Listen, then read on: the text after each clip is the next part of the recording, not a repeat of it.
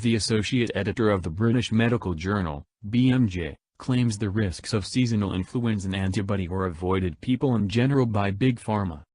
As indicated by Peter Doshi, genuine security markers were raised over the swine influenza immunization Pandemrix in 2009, right around 2 years before the antibody was suspended from utilize.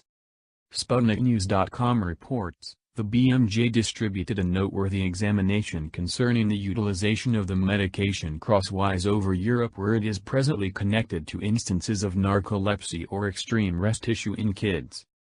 Sputnik addressed Peter Doshi about this story. Sputnik: So Peter, this is a significant, critical and stunning disclosure. Would you be able to tell our audience members somewhat more about this examination and the discoveries of these reports? Subside Doshi: This story that I've composed focusing on the Pandemrix immunization, which was generally utilized over the world, it was utilized by countless individuals in 2009 and 2010. This is an immunization that doesn't any longer, it's been removed the market, yet was something that was generally utilized that in this manner was essential.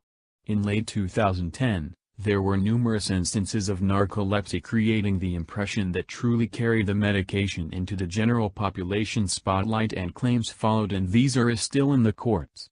My examination focuses on an archive, a claim that was ordered by GSK. It's a well-being report, and what's most worried about this report is that they propose different conceivable security issues, and what extremely intriguing is that it's not only that there's a conceivable well-being issue there, yet the planning of the reports.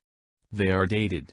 The most punctual report I have goes back to December 2009, which is a period when individuals still hadn't gotten the antibody, thus had this data, which hasn't been open up to this point. Turn out, individuals may have settled on unexpected choice in comparison to they really did. They may have settled on an alternate choices. Sputnik: What does this show about the ease of how these enormous pharmaceutical organizations put these medications available? Subside Doshi: We can't make cause and effect inferences. You said, what does this say in regards to the speed of inspiring antibodies to showcase?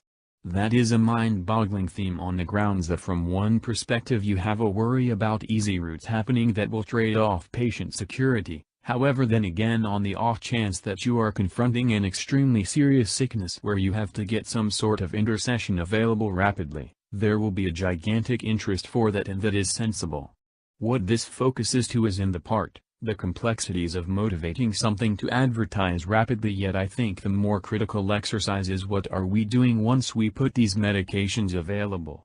What sort of data are we gathering, and how straightforward as far as dispersal of the data we are gathering progressively?